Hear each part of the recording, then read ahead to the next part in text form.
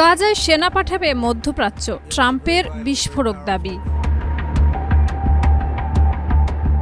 গাজা উপত্যকায় ফিলিস্তিনি স্বাধীনতাকামী সংগঠনের বিরুদ্ধে লড়াইয়ে মধ্যপ্রাচ্যের কয়েকটি দেশ সেনা পাঠানোর প্রস্তাব দিয়েছে বলে দাবি করেছেন মার্কিন প্রেসিডেন্ট ডোনাল্ড ট্রাম্প। তিনি বলেন, যুদ্ধবিরতির চুক্তি লঙ্ঘন করলে ওই দেশগুলোর সেনাবাহিনী বিপুল সংখ্যায় গাজায় প্রবেশ করবে।